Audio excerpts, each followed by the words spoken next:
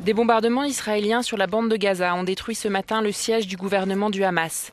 Les bureaux du Premier ministre Ismaël Haniyeh et un bâtiment du siège de la police ont été touchés. Ces bombardements ont fait 8 morts du côté palestinien. Le chef de la diplomatie tunisienne, Rafik Abdesalem, est arrivé ce matin à Gaza pour rencontrer des responsables du Hamas.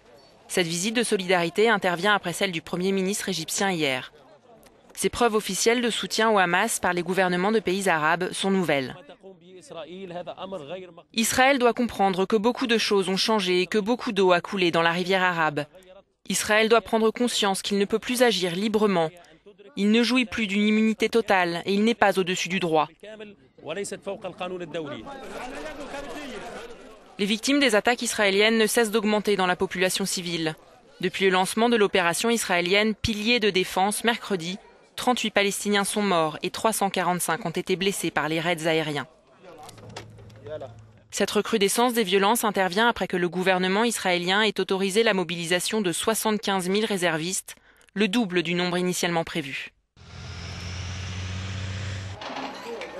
4 soldats israéliens ont été blessés ce matin par une roquette dans la région d'Eskol, au sud d'Israël.